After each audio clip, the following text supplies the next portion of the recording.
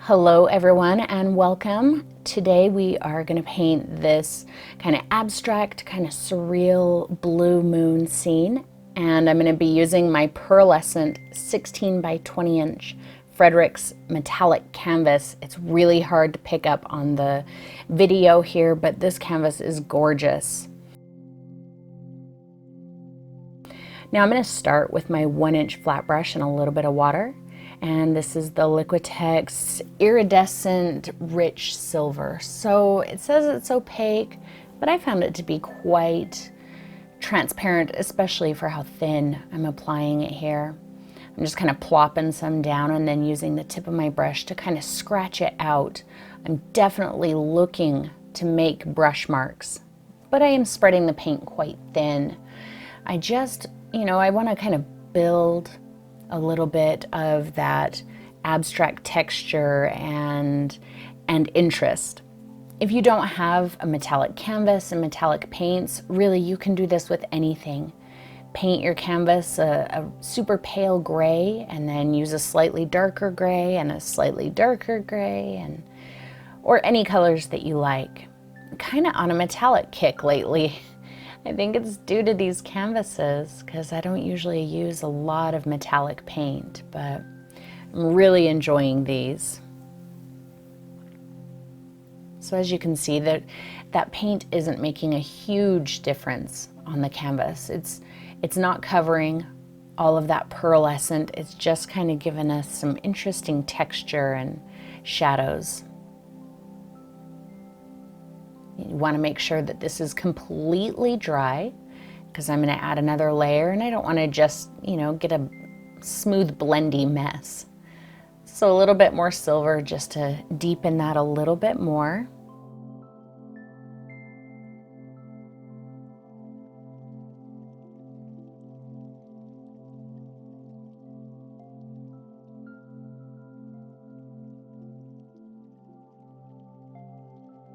And you could add as many layers as you like. If you really dig this silver and you want to see more of it, add as much as you like.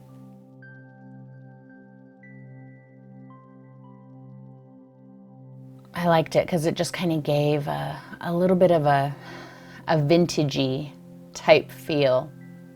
Now I kind of want to do something like that on a gold canvas too, with some of the bronze colors. That might be really fun.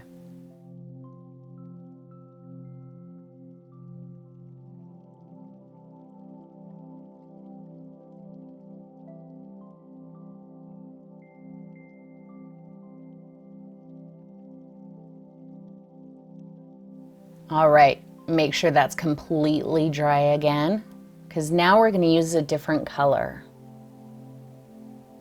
Now I'm going to use Payne's Gray, and just Payne's Gray. It's pretty transparent, so if you just plop down a bit, you can scrub it out in the same way.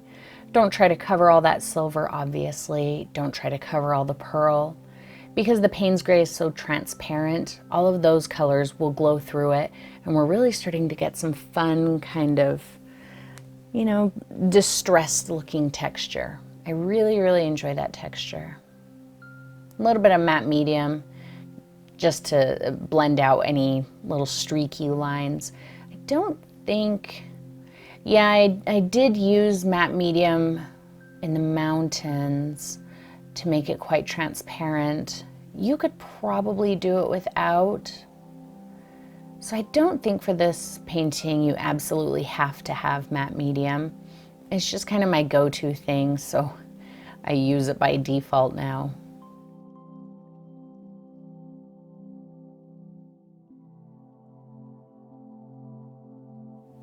I love the contrast. The silver paint that I added is a little bit warm, and the Payne's Gray is obviously a little bit cool. It's slightly on the blue side. And so the contrast between that silver and Payne's Gray is really, really beautiful.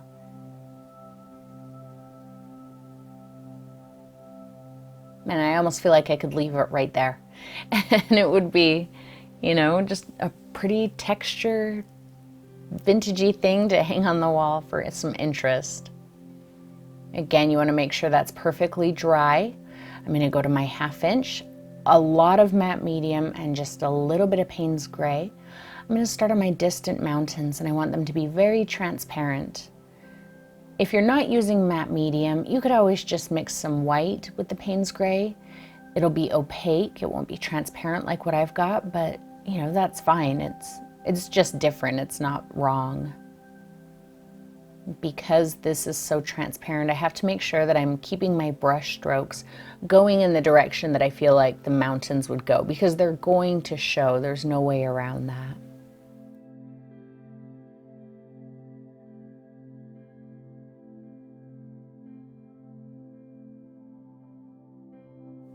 Just kind of dusting out the bottom.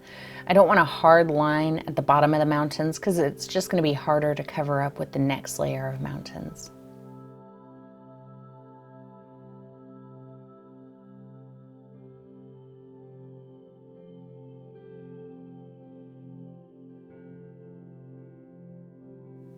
Now just Payne's gray. The Payne's gray is a little transparent on its own, but I'm not going to use any extra matte medium here. And just do another little layer. I like layers of mountains like this when some of the peaks overlap like that, and some of them don't, like the other one. I feel like that keeps them a little more interesting. If all of the peaks overlap, I think it looks rigid, and if none of the peaks overlap, I feel like it presses them down too far. It puts you, the viewer, up way high so you're looking down on the mountains. So just kind of stagger it, and I think that makes it look rather interesting.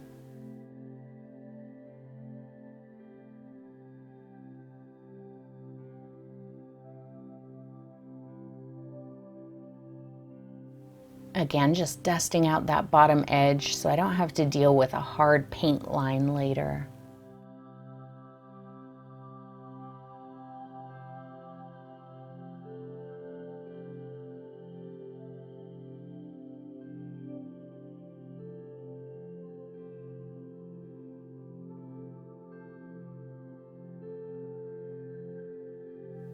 This painting is actually based on a watercolor painting that I did a couple of months ago, I think it was.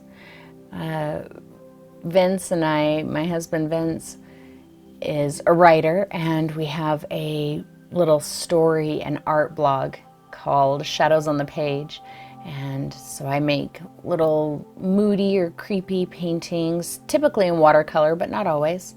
And then Vince writes little spooky stories. Sometimes they're a little scarier than others. Sometimes they're just kind of sweet and moody. And we publish those together. And the watercolor that this painting is based on, we used in one of our stories not too long ago. And yeah, and once everybody saw that, they kind of started bugging me about a tutorial for it. So I made an acrylic version. All I'm doing now is just picking up a little bit of Payne's gray and kind of scrubbing out the bottom. You know, really abstract. I'm pretty much just using the tip of the brush. I'm not using a ton of paint, and I'm just scattering it really haphazardly until it just kind of fuzzes out on its own. I'm perfectly okay with the brush strokes. I want those brush stroke marks.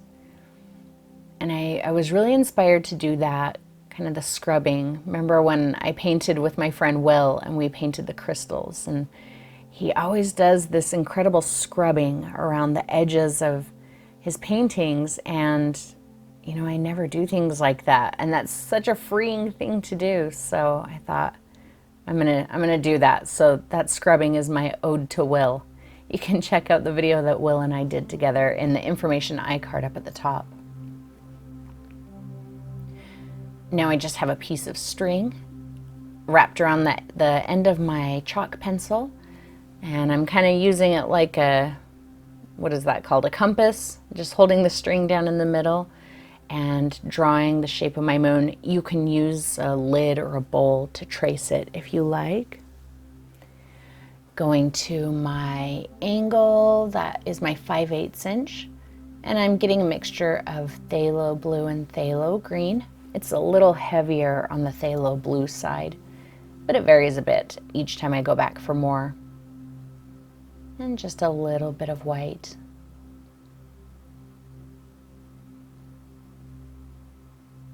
I'm just mixing the white in there a little bit at a time to make sure that I don't get it too light.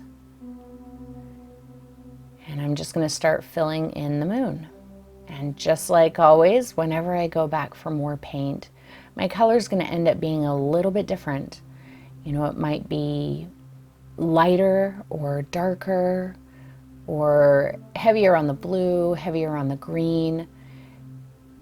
I don't worry about, you know, trying to get the exact same color. Sometimes I even mix it up different, you know, completely intentionally.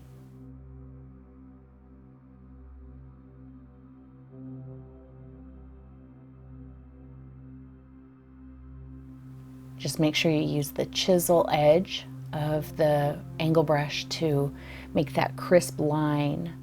So there I used the side, but I had already drawn the line. If you try and draw the line with the side of the brush, you are more likely to get a fuzzy line.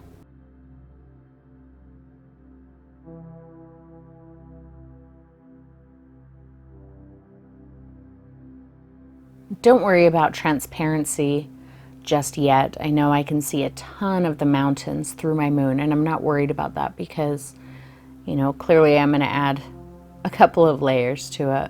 I'm not going to go crazy and spend a huge amount of time on the moon, but there's no need to worry about how transparent it is right now. I'm mostly just worried about getting the edge nice and crisp and just generally filling everything in. I'm actually not even worried about the moon being real perfectly shaped because the sides and the bottom, at least a bit on the bottom, are going to be overlapped by another set of mountains. So as long as the top and kind of coming down toward the sides, as long as that is fairly well shaped, you should be fine.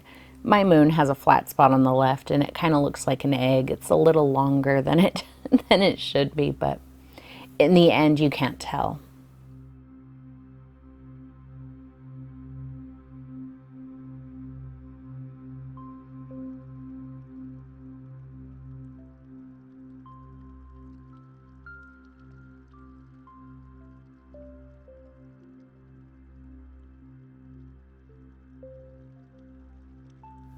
A little more of my mixture.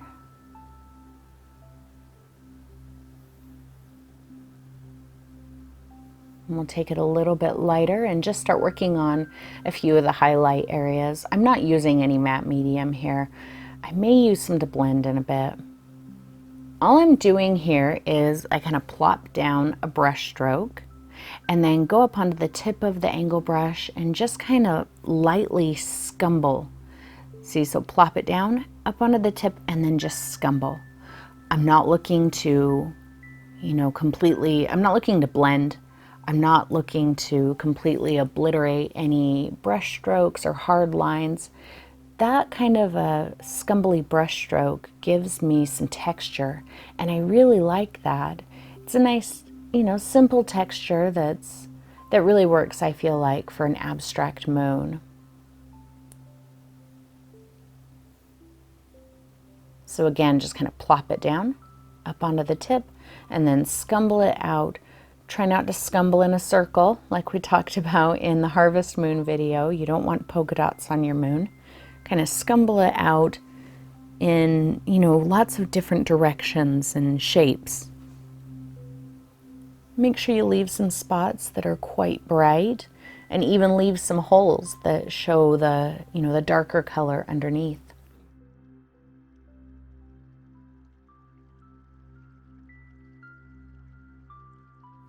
And now the little hints of those mountains, the darkness that's still showing through, is actually helping us get a little extra dimension in our moon. It looks like little bits of shadows. So I'm just going to keep going with this, adding, you know, a lighter and lighter color and maybe a darker color here and there until I just have a texture that I like. I do want to keep the darker color at the very bottom simply because the waterfall will show up better. If I make the moon too light all the way around, then the waterfall either will have to be darker to show up, or it'll have to be lighter than I want. To avoid getting any mud in there, start over blending things, I dried it and then just wiped off my brush. A little matte medium and a tiny bit of just white. I still have the blue on there, but since I wiped it off, I have very little of it.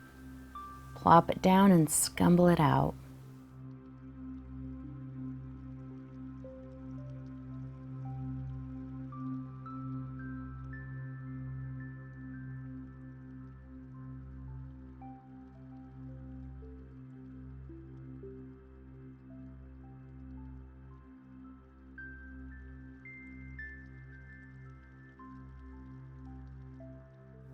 Make sure you get that color right up to the very, very edge of the moon in places. You don't want a dark ring all the way around your moon.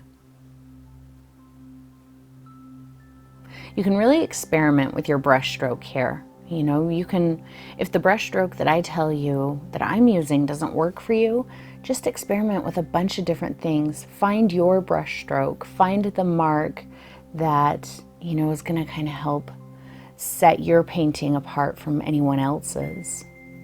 And that's kind of what I was doing there, was deviating from that little scumbly brush stroke, and there were some stabs and some kind of polka dots and all kinds of different things in there.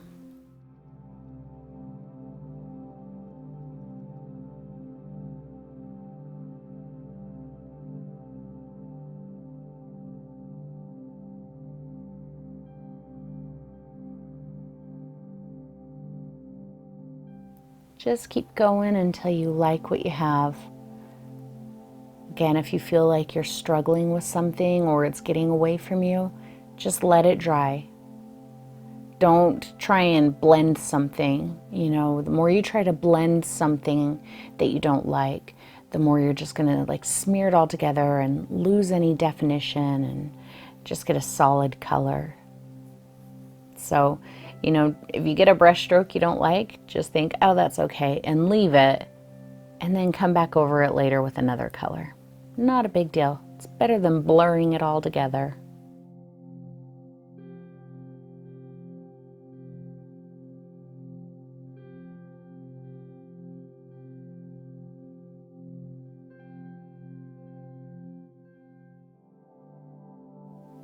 I'm just using matte medium here just because my brush was getting dry and I prefer it to water. So I'm not using the matte medium to get a glaze or anything.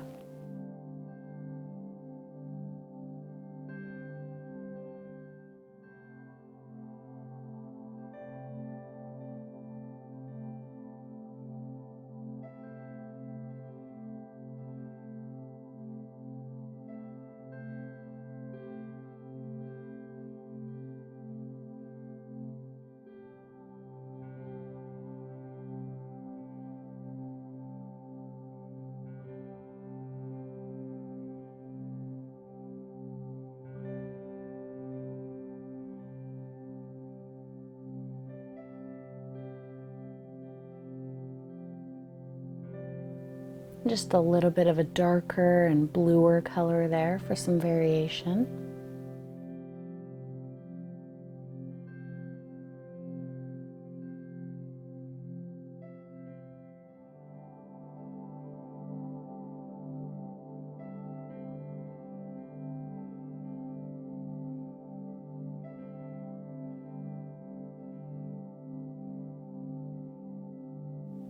If you are using medium, one thing that looks really, really beautiful, I didn't do it on here because I was trying not to, make it so matte medium was too terribly required in this painting. But if you are using it, wash your brush really well at some point. Make sure there's no white in it, and then get some of your blue-green mixture and some matte medium so that it's nice and transparent, and then glaze your moon with that.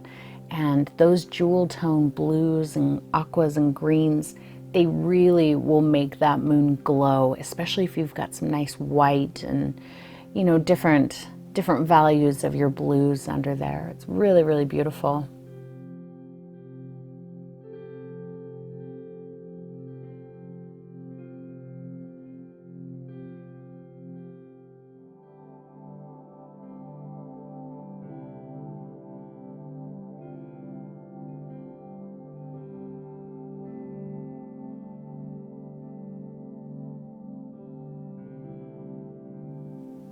nice and dark right at the bottom.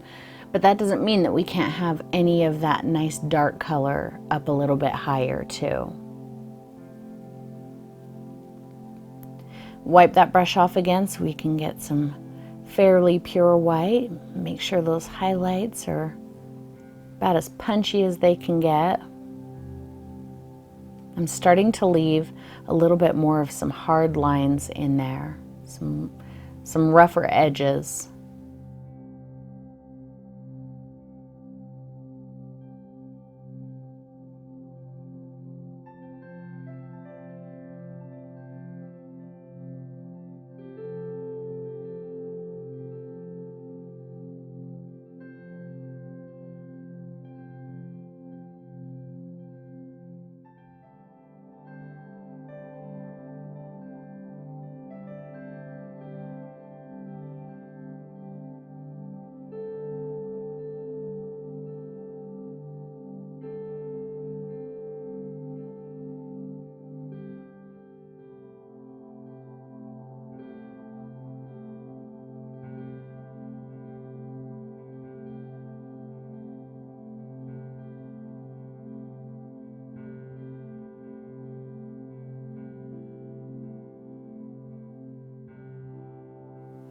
I've actually been working on a little series of watercolor paintings in this same type of vein as this moon. So, you know, kind of having a moon that's sitting inside of the, you know, the environment rather than, you know, behind it or, you know, just part of the sky. I have it tucked inside of the environment, and that's been a really fun and kind of challenging thing to do. And I've done them all in watercolor until this one. So this one was really fun.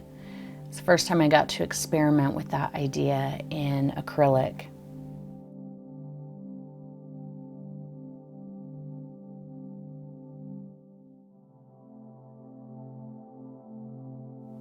Now it's really starting to brighten up there. I love this color. It reminds me of Neptune.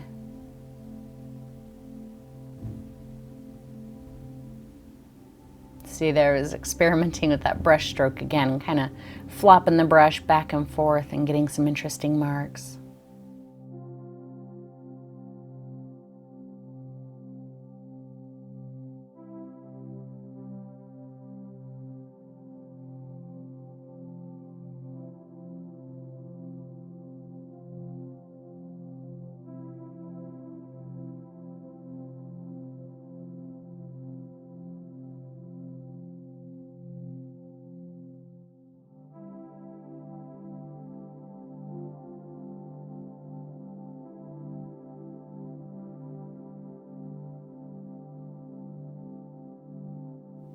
I think we're just about done with the moon. So that wasn't too bad. We didn't spend the bulk of the video painting the moon this time.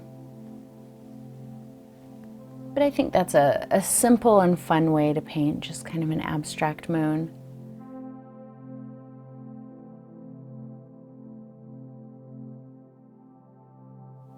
And it feels rather expressive, which, you know, is something that is really important for me when I'm painting. I don't want to just paint something to paint it. I want to paint something where I can, you know, be a little expressive. All right, I'm onto my 5/8 inch bright. I'm getting that same color mixture, some of the blue, some of the green, some of the white. And I'm going to start on my waterfall. Now for my waterfall, I'm going to start right at the moon, kind of with the brush flat, but very gentle pressure. I'm not putting hard pressure on the brush. A little matte medium there. So the tip of my brush, and then as I bring it down, I slightly turn it left or right so that it starts to get that streaky, drippy look. See right there, did that kind of slower so you could see. It's flat and then gently turns to the side, but it's always on the tip of the brush, so it's a very delicate move.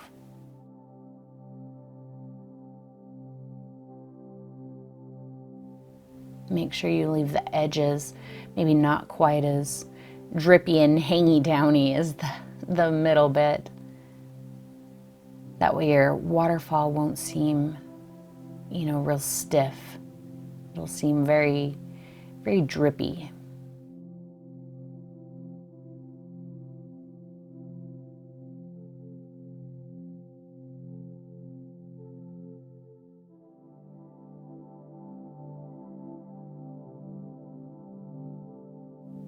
Let's add a little bit more white, or a lot of bit more white.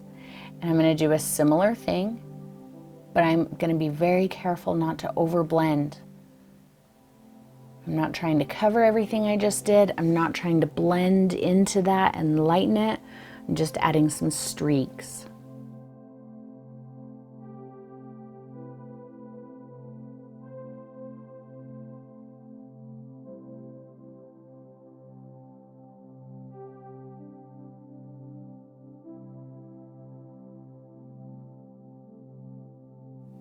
And it's okay if your blue mixture is different than in the moon. If it leans a little more green or a little more blue, that's perfectly okay. It will look fine because you're using the exact same colors, even if they're in different ratios. I'm going to start adding some spots, not the whole thing, but some spots that are quite bright, and maybe some spots that are quite a bit darker.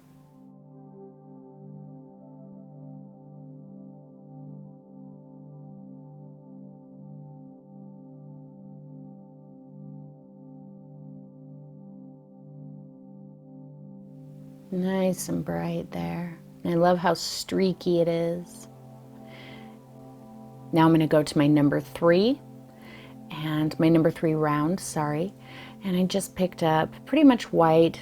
I'm just going to generally start adding some little streaks of pretty much pure white. I'm not going to get too crazy with that right now because some of that might change once I put the rocks in, but I at least want to get it started, because it might give me ideas about where I want to put rocks, what drips I want to, make prominent, maybe which ones I want to hide later. Back to my 1/2 inch flat and Mars black paint, and I'm going to do one more mountain range. Again, a little bit lower than the last range, and in places it overlaps, and in places it doesn't. But on each side, it's going to cover the edge of the moon and come down to the waterfall.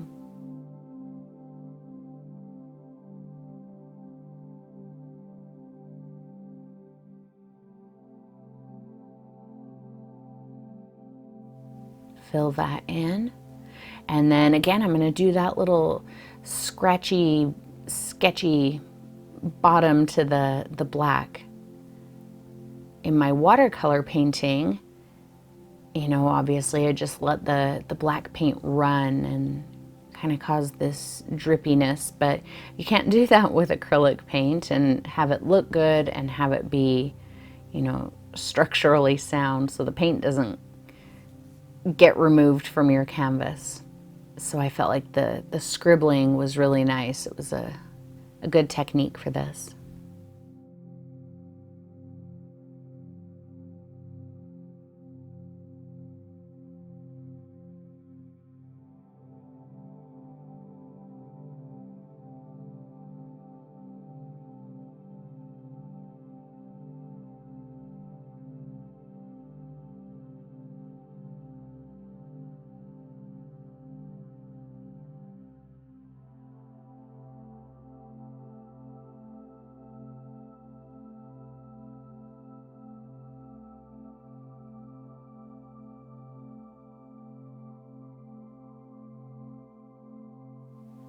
And just take care not to do your scrubby bits over your waterfall unless there's a part of your waterfall that you want to get rid of.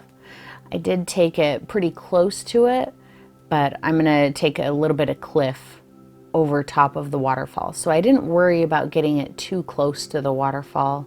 I just wanted to make sure I didn't cover it. If you're using matte medium, a little bit of matte medium will kind of help you get that foggy, scattered look with the Mars black. If you're not using matte medium, just take care that you're not using too much paint. Just a little smear of paint and then scrub it out. Back to my angle brush, and I'm gonna start sketching just some little rocky outcrops. Some of them will be down the side of the cliff, like that. Just a little rocky bit.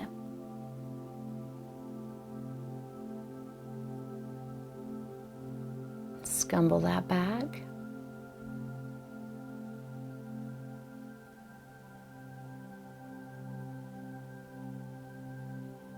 Make sure it has a little bit of mass underneath it. Otherwise, it might look kind of strange that it's just flat on the bottom.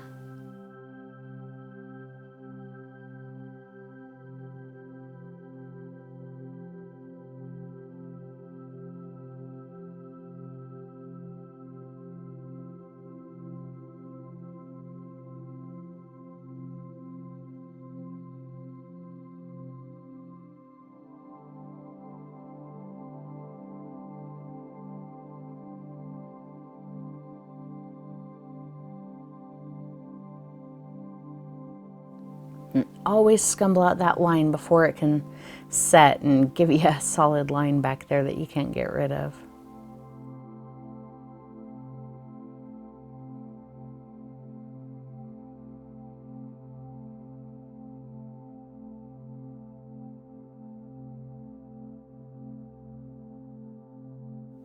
Nice big one there that kind of hides the bottom of the waterfall. At first, I was just gonna leave it like that. That's kind of how I had it in my watercolor painting, and it worked. And as you'll see later, I actually sign it and then decide, no, that might work in the watercolor painting, but it doesn't work here. So I came back and painted some more on it.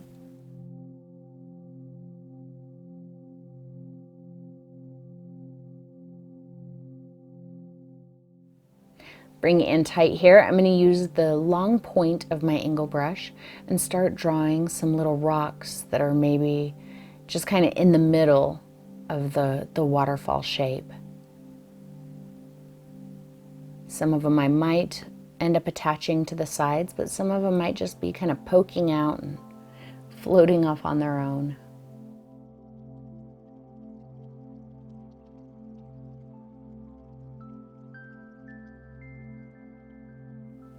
Remember, if there's something about these rocks that you don't like ultimately, you can cover it up later with the waterfall colors.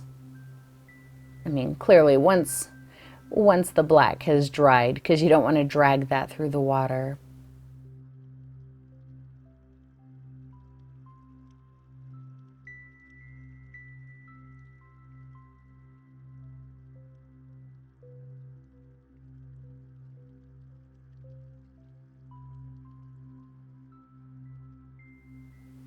Back to my number 3 and just pure white. And this little kind of polka dotty motion there, just indicating where the water's splashing, where it meets the rocks. And then these long tendrils coming down.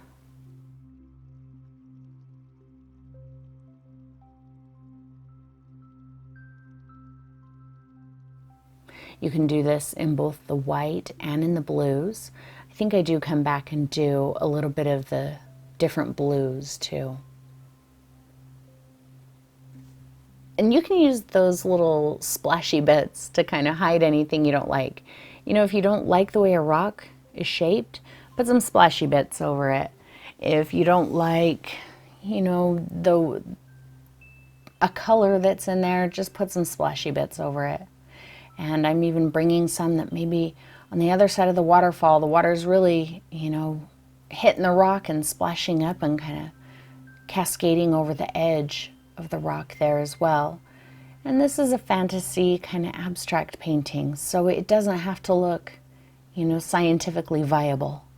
So if it looks like the waterfall is coming over the rocks in a curved way, you know, behind them, and that wouldn't happen in real life, this is art. Anything can happen in art.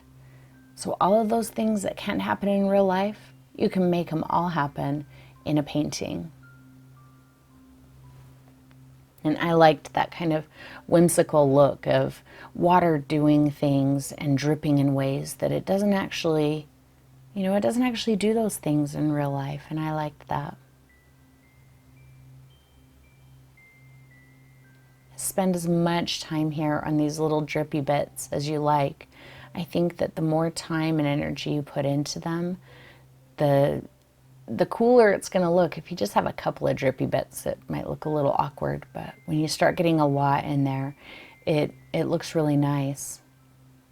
And be really creative with how they drip down. They don't all have to come straight down. Maybe they come out at a little bit of an angle, because they're pouring over another rock, or, experiment with that. You'll see me do some that kind of jut off into different directions.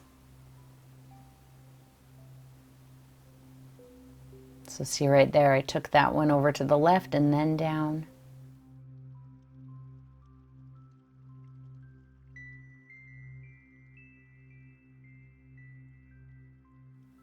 Yeah, let's just add a little bit of that darker color.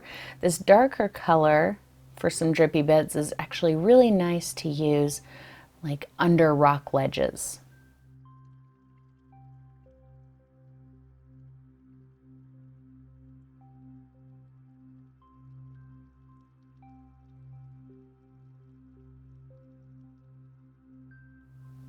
And if you get too much white, you can just add some of that in there to break it up.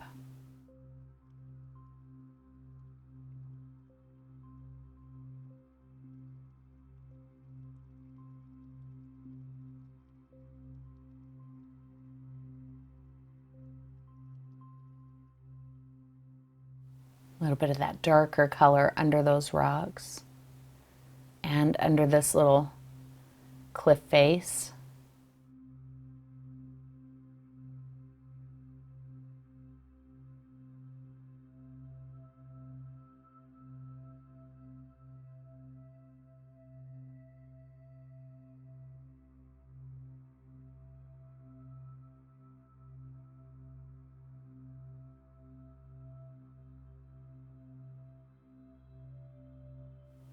And I did put a little bit of blue in some of those bits that are splashing up over the top of some rocks.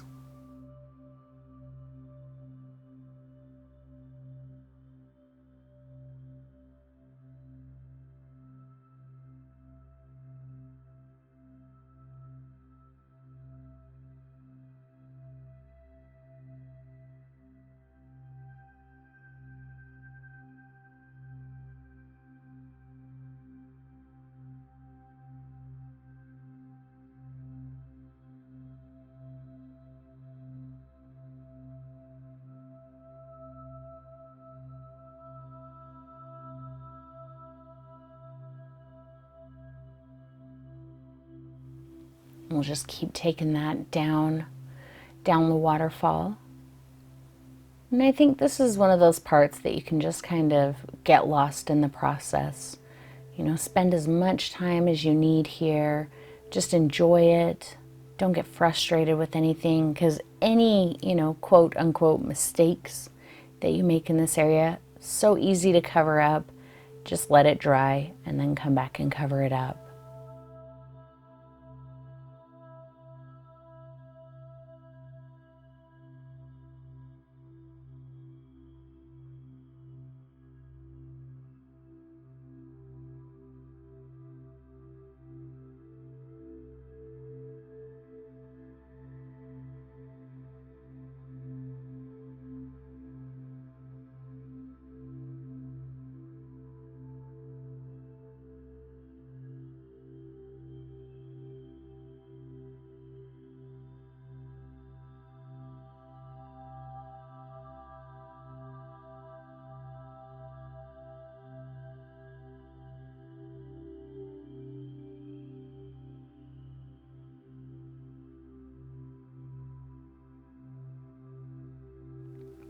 On some of those little drippy bits, I'm not using any water or matte medium, just the paint.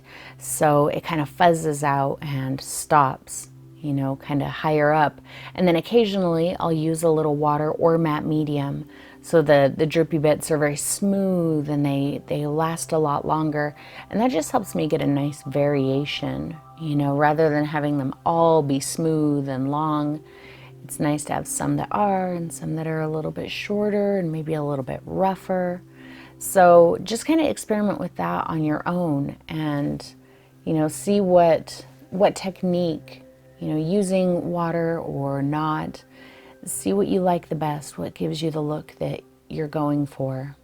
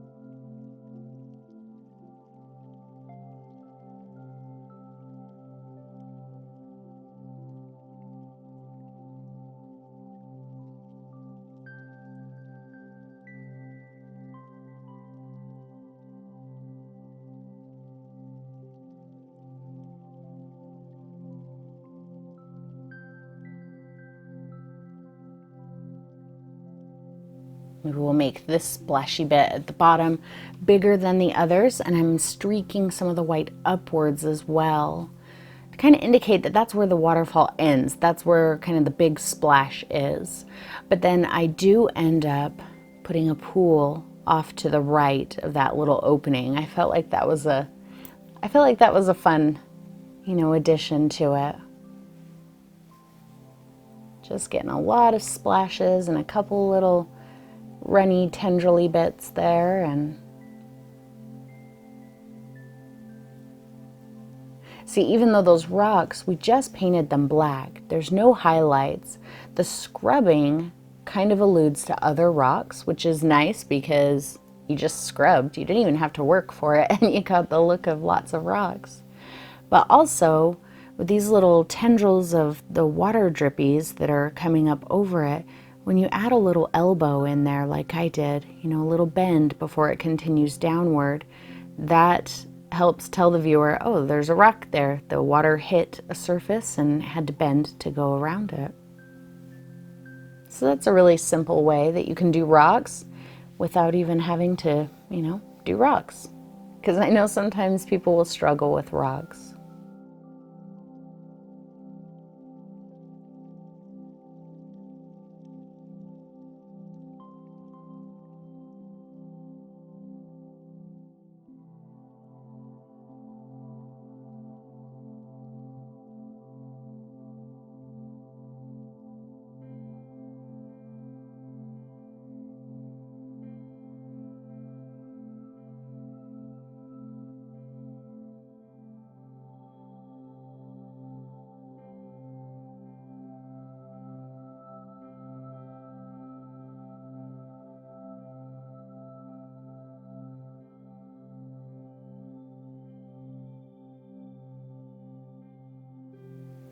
right back to my 1/2 inch flat, and I have a little extra water in there, and I'm going to mix it in with a bit of white paint. I don't want this white paint, super runny, but just enough that I can flick some, little spray from the water crashing against the rocks.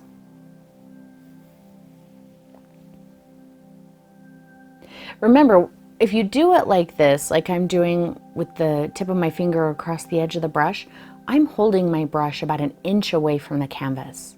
If you hold it too far away, you are probably going to flick paint everywhere. It's going to get on the floor, it'll probably get, on your walls. But if you hold it right up to the canvas like I am, it's only going to get on the canvas. Well, and your finger, of course, but it shouldn't spray back and get you in the face or get your clothes or anything. And I'm really concentrating it to where the other little splashy bits are that I did, but really everything is getting it. Onto my long liner, I'm going to draw some tree trunks, very thin tree trunks, kind of pointing off in different directions. Fairly straight tree trunks. These are going to be some pine trees. When you're using your long liner and, drawing thin lines like that, you'll either want to use a little extra water or even soft body paint. Soft body paint is a lot easier to use to make these thin, narrow lines than heavy body paint.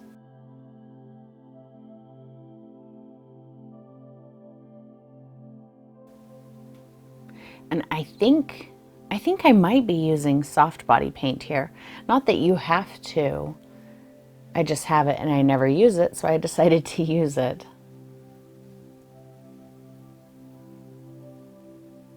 But I typically use basics for my black anyway, so it doesn't usually, give me too much trouble.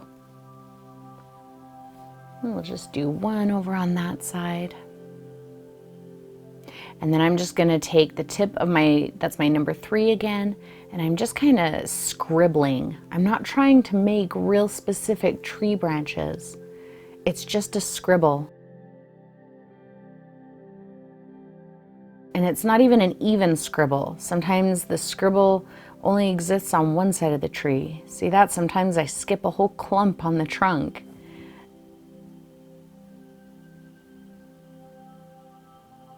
The smaller the tree is, the smaller my scribbles are going to be, because it's either a younger tree with smaller foliage or it's more distant. And therefore, everything about it would look a little bit smaller. So as these trees get bigger, the little, scribbly bits on the tree are going to get a little bit bigger as well. I kind of like how sparse these trees look.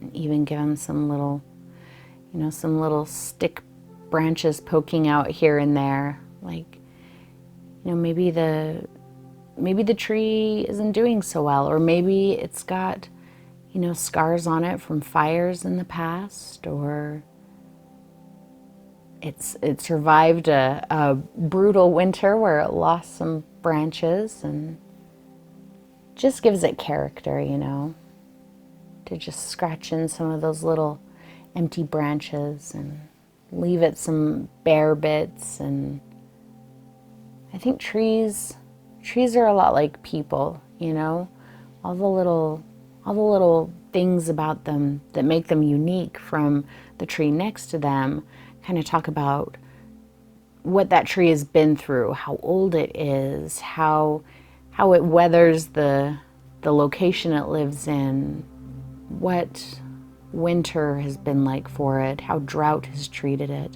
And all of those things create the unique personality of the tree, just like all of the things that we go through in our lives create the unique personalities that are each of us. So I think that's one of the reasons I like to paint trees a lot, because it feels like it's a very simple way to paint, a person with personality, is to paint a tree. This larger one, I decided to widen the trunk a bit and take it straight off of the top of the canvas. That pulls it really close to us. It's much closer than the other ones. And then the little foliagey bits, I'm also going to do bigger. So, and maybe a little bit heavier paint application so it looks darker. All of that's going to pull it a little bit closer to us. Still giving it some little bare branches.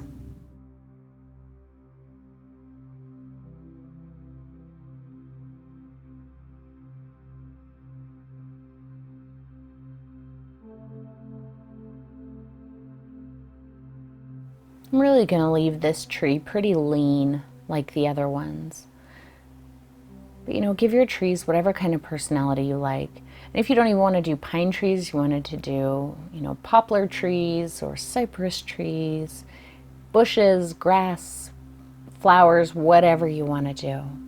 In fact, I'm going to go in there and just kind of break up the ground in a few areas with some grasses and little suggested flowers.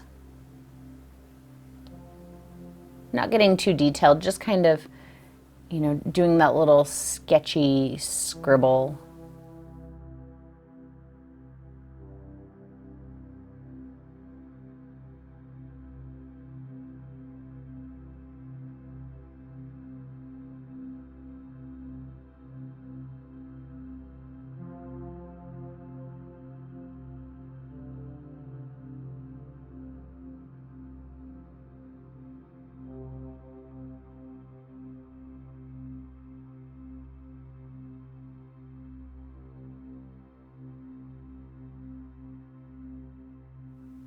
So originally, this is about where I finished off with this painting, but I decided to go back and, like I said, add that pool, which we're going to do next. And then I added a little bit more in the way of splashes and the drippy parts of the waterfall.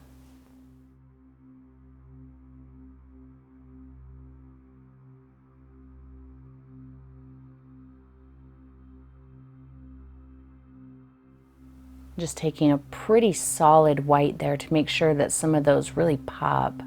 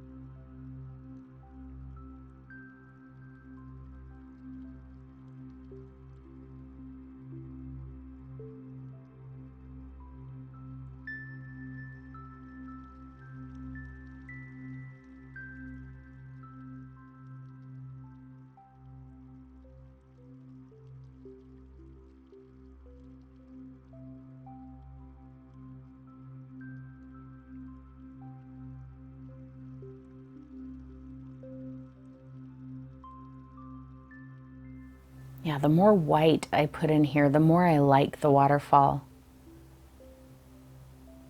Don't be afraid of the white, but don't be afraid of contrast, you know. What makes the white look so bright is the darker bits in there. If the waterfall is a very pale color, the white's not really going to show up all that much. Right there where I'm working, I decided to really bring a good sized splash up over the edge of that rock.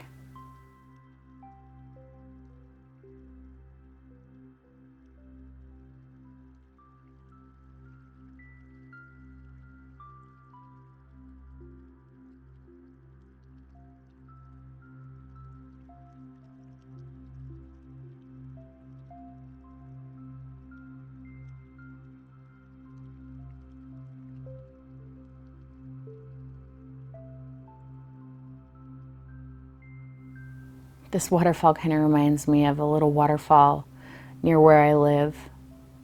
there's a canyon, a really beautiful little canyon, and there's a waterfall on one side of it right as you enter the canyon. I mean, it's a man-made waterfall, but it's still really pretty because it's, you know, a pretty small one, but it comes up from way high up, and there's a lot of rocks that jut out in different directions underneath it. So as it falls, it changes course and, you know, gets really bubbly, and it's really, really pretty.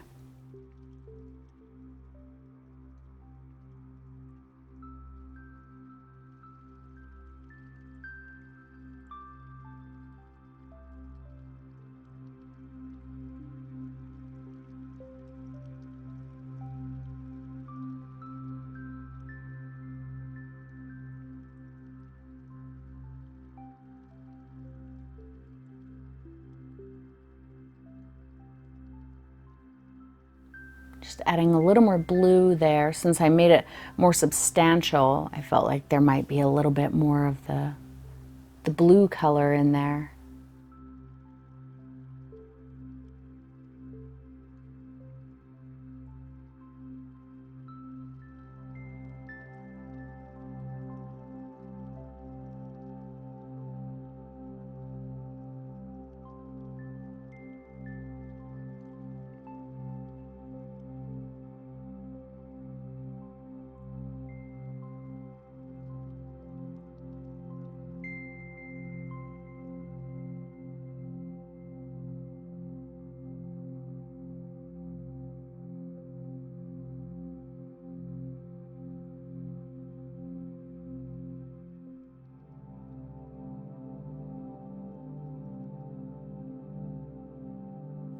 Really liking the way this waterfall is turning out.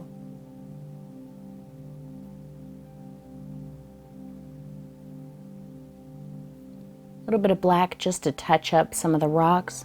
Maybe add a couple of other little ones.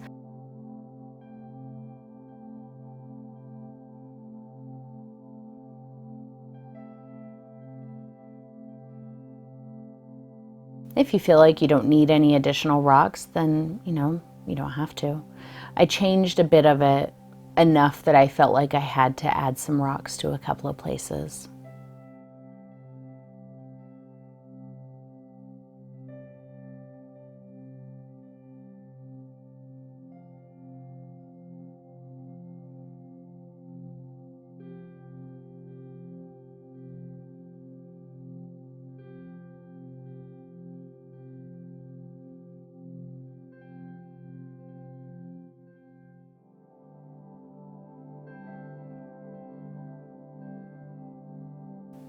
Okay, going back into my blues and greens with some white, and I'm back to the round brush. I believe this is my number 3.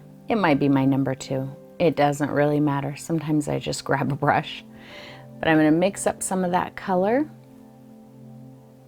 And I'm just going to sketch horizontally, side to side, to create a pool. Make sure that your brush strokes are relatively flat. If they angle in one direction or another, then it's going to look like your pool is kind of sliding, and pools don't slide, they lay flat. So keep it horizontal, and then I just picked up a little extra white, kind of sketching in between those first bits of blue that I put on. And every time I go back for more color, obviously, as always, it's going to be a little bit different. Make that pool as big as you want it. I didn't give it very defined edges. It's kind of scattered. This is an abstract painting after all. It doesn't have to be supported by anything. It doesn't have to have defined edges. You can kind of see through the pool in a few places to some of that sketchy background behind it, and I really liked that effect.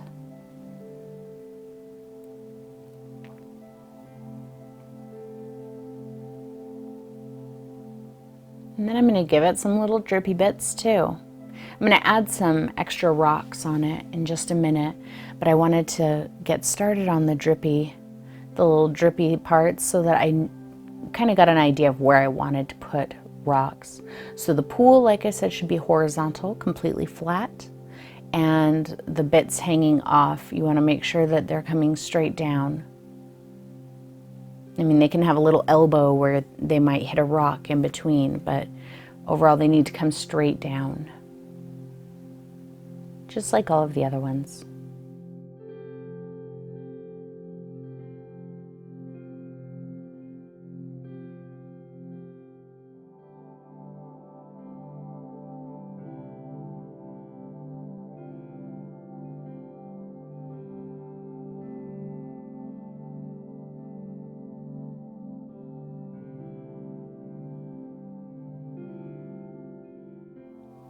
Okay, I'm using some black now and just sketching in some rocks, still using my little round brush. And just like when we did the mountains, I'm going to fill those in and then just kind of start scumbling out the bottom. It is a little bit harder to do that with this brush, so for the most part I kind of swiped it around with my finger.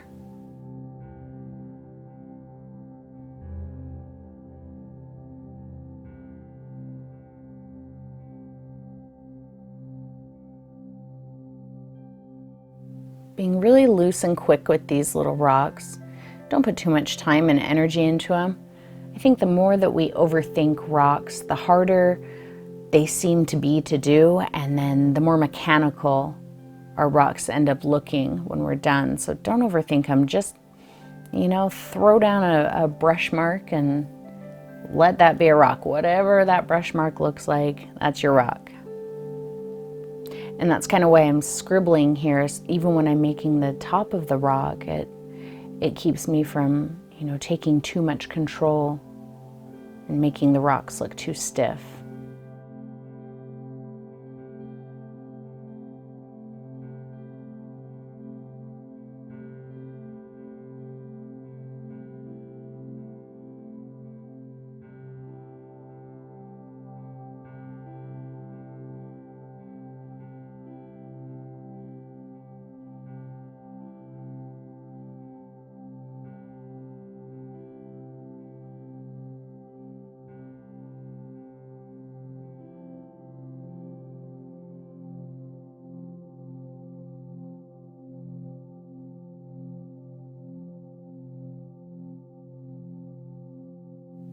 Back into the white, and we'll do the little splattery bits back there where the waterfall is splashing down into the pool.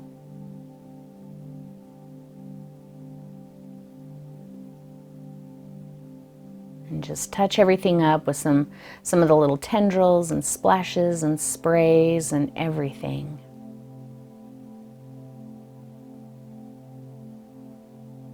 So add a little bit of the spray. I like a lot of it right down here, like I said, where the waterfall is splashing down into that pool.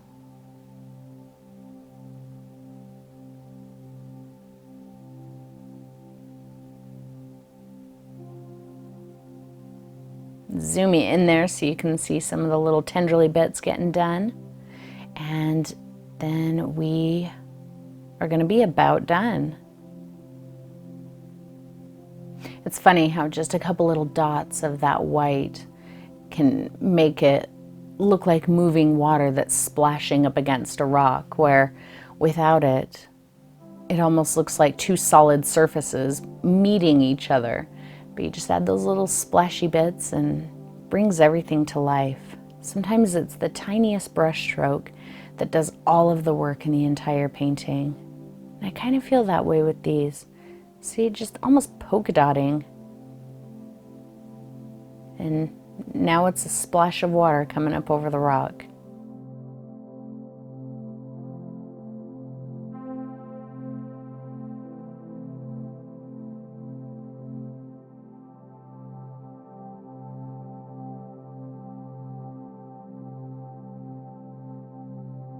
If you haven't already subscribed, make sure you do so that you can paint with me every single week. And if you'd like extra videos and weekly live events, check out my Patreon and sign up over there. And there is your finished Surreal Blue Moon painting. I hope that you enjoyed painting this with me, and I hope that you'll check out these metallic Frederick's canvases because they are so awesome. They're so much fun to paint on, and they are gorgeous. There's a link in the video description below to where you can get some as well. Thank you again, everyone, and I'll see you next time.